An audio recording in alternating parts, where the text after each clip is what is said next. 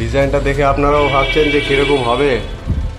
হবে বলতে এই যে গ্যাপটা যে আছে এটা গ্যাপই থাকবে, আর এই যে চ্যানেলের মাঝখানে যে ফাঁকটা আছে যে এটাতে প্রোফাইল লাইট হবে, দিয়ে তারপরে এই পার্টটাই কার্ভ হয়ে যাবে, মানে ডিজাইনটা হবে এই যে এরকম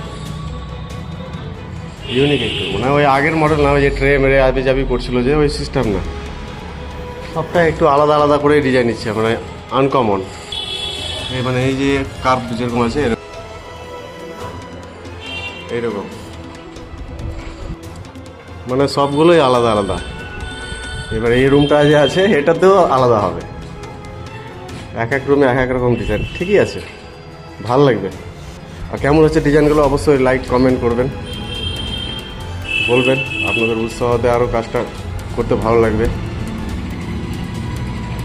তারপর কোন কাজে কীরকম লং টিভি আছে